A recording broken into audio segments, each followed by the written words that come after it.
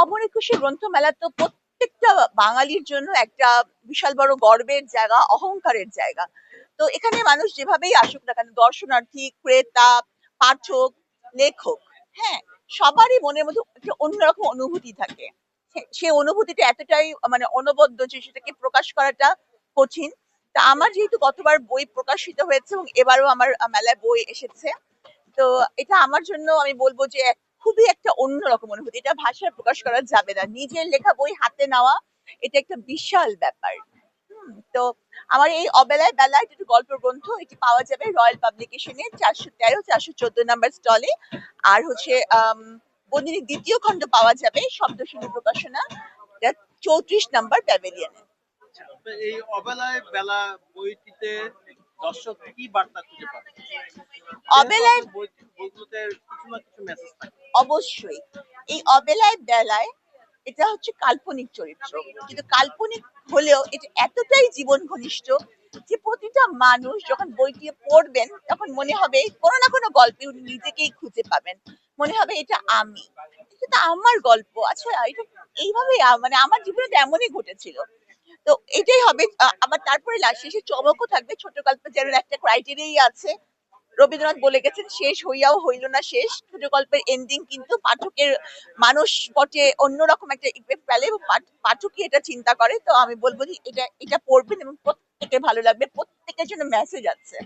কারণ আমাদের সমাজে সচরাচর যা ঘটে, যাই বলেন আজকালকার যা ট্রেন্ডি ইস্যু, প্রেম বিরহ বিচ্ছেদ, এগুলো তো আছেই। সেই সাথে এটা ইদানিং কালে যেগুলো আমরা দেখি, পরকীয়া অথবা হচ্ছে গিয়ে সুগার ড্যাডি কনসেপ্ট, এগুলাও এখানে পাওয়া যাবে।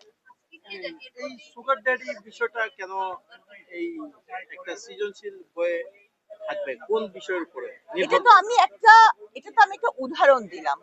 হ্যাঁ, যেহেতু এই এটাই। টার্মটার সাথে সবাই পরিচিত আজকাল, কিন্তু অল্প বয়সী মেয়েরা, একটা গ্রাম থেকে একটা মেয়ে এসেছে, সে তার বান্ধবীদের সাথে পাল্লা দিতে গিয়ে একটু তার নিজের স্ট্যান্ডার্ড অফ লিভিংটা হাই করতে গিয়ে কিভাবে একটা বয়স্ক অথচ মানে বিত্তবান একজনের প্রেমে পড়ে, কিন্তু অথচ তার একটা প্রেমিক আছে যে তাকে পাগলের মতো ভালোবাসে, ইয়াং একটা প্রেমিক।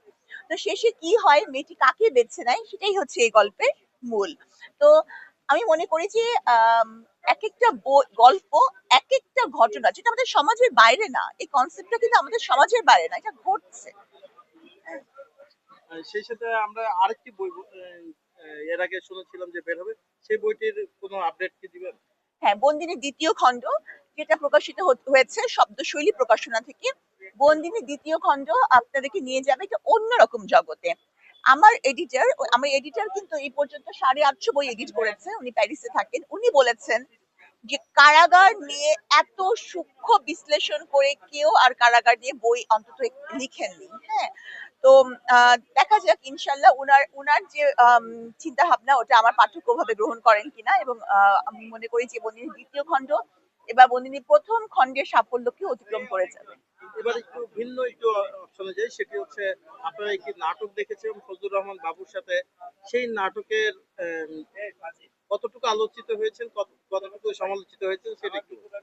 আচ্ছা, নাটকটি এখনো অন এয়ার হয়নি, সুতরাং আলোচনা সমালোচনার সুযোগ নাই। তবে নাটক হচ্ছে আমার একটা শখ। না, যে যে হ্যাঁ, পোস্টে আপনি দিয়েছেন ফজলুর রহমান বাবুর সাথে দাঁড়ানো, সেটি দিয়ে কিছুটা সব রিয়াকশন এসেছে। সকলেই তো এটা পছন্দ করেছে। হ্যাঁ, তো এখন সকলেই উৎসাহী যে কবে দেখানো হবে, কবে দেখানো হবে, মেসেঞ্জারে প্রচুর মেসেজ যে কবে দেখানো জি জি। হবে। তবে আমি একটা কথাই বলতে চাই যে নাটক, মুভি এগুলা কিন্তু আমার শখ। এটা আমি করলে করলাম, পাঠক দর্শক না নিলে করলাম না, কিন্তু বই লেখাটা হচ্ছে আমার জীবনের লক্ষ্য, যার মাধ্যমে আমি একটা মেসেজ মানুষের কাছে পৌঁছাবো। হ্যাঁ, তো এটা আমার জীবনে একটা অপরিহার্য মানে কাজ বা অঙ্গাঙ্গি ভাবে আমার সাথে জড়িত হয়ে গেছে। তো সাবিনাকে জানতে হলে সাবিনার বই পড়ুন। এবং আমি আরেকটা কথা যোগ করতে চাই, অনেকে হয়তো সাবিনাকে অপছন্দ করতে পারেন, কিন্তু লেখক সাবিনা আমি বলতে পারি প্রত্যেকের কাছে এই বই উনি যদি পড়েন, সত্যিকার অর্থে যদি বইটি পড়েন, তাহলে প্রত্যেকেই বলতে বাধ্য হবেন যে এই বইটা তাদের নিজেদের। আচ্ছা, আরেকটি বিষয় আমরা দেখেছি আপনাকে নৃত্য করতেও দেখেছি, আমরা নৃত্যশিল্পীর ভূমিকা দেখেছি। এই যে নৃত্যটা কবে রপ্ত করলেন? আচ্ছা, নাচ তো ছোটবেলা থেকেই শিখেছি, ছোটবেলা থেকে শিখেছি এবং স্টেজ পারফরমেন্স তো সবসময়ই করেছি। তবে নাচটা খুব বেশি মানুষ দেখেনি এই কারণে যে এটা ফেসবুকে আপলোড করে ওই কপিরাইটের জন্য, গানের সাথে যেহেতু হয় এই জন্য ওটার জন্য খুব একটা আপলোড করা যায় না। এই জন্য হয়তো দর্শক আমাকে নাচতে দেখেনি। কিন্তু আমি ছোটবেলা থেকে শিখেছি এবং পরবর্তীতে বাংলাদেশের দুই বলবো আমি লিজেন্ড, হ্যাঁ, আম, হচ্ছে যে শিবলি মোহাম্মদ স্যার এবং শামীমারা নিপা ম্যাম, দুজনের কাছে আমি ব্যক্তিগতভাবে নাচ শিখে প্রশিক্ষণ নিয়েছি।